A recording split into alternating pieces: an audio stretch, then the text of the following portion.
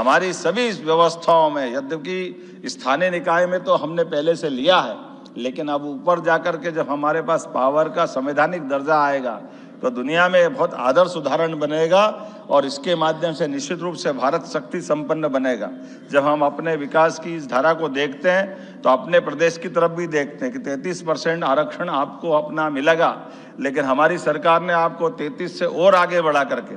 35% आरक्षण अपने सभी प्रकार की नौकरियों में सभी व्यवस्थाओं के माध्यम से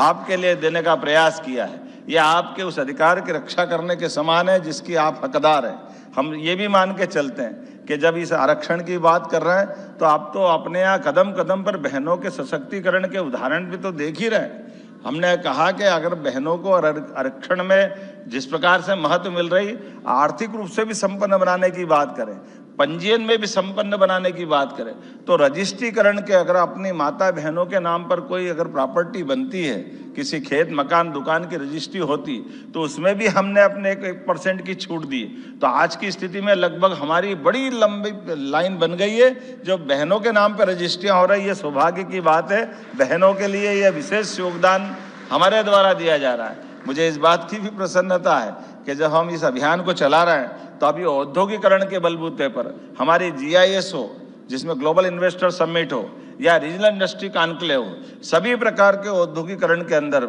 हमने भी इस बात को प्राधान्यता दी है कि अगर हमारी बहनें उद्योग लगाती है तो उनको विशेष सुविधा दे रहे हैं, जो बहनों के बजाय तुलना में भाइयों को नहीं है, लेकिन बहनों को सशक्त बनाने की दिशा में अगर उद्योगपति बने तो बनना चाहिए कि नहीं बनना चाहिए। बहनें, हमारी बहनें कोई किसी से कम थोड़ी है। तो महिला उद्यमिता को बढ़ावा देने के लिए हमारी सरकार के विविध प्रकार के हेवी इंडस्ट्री, MSME, लघु कुटीर उद्योग जिस भी क्षेत्र में जाना चाहे समान रूप से उनको आगे बढ़ने का मौका दे रहे हैं। इसलिए न केवल औद्योगिकरण, बाकी और भी सभी प्रकार की व्यवस्थाओं के माध्यम से बहनों की जिंदगी बेहतर हो, इस नाते से हम काम कर रहे हैं।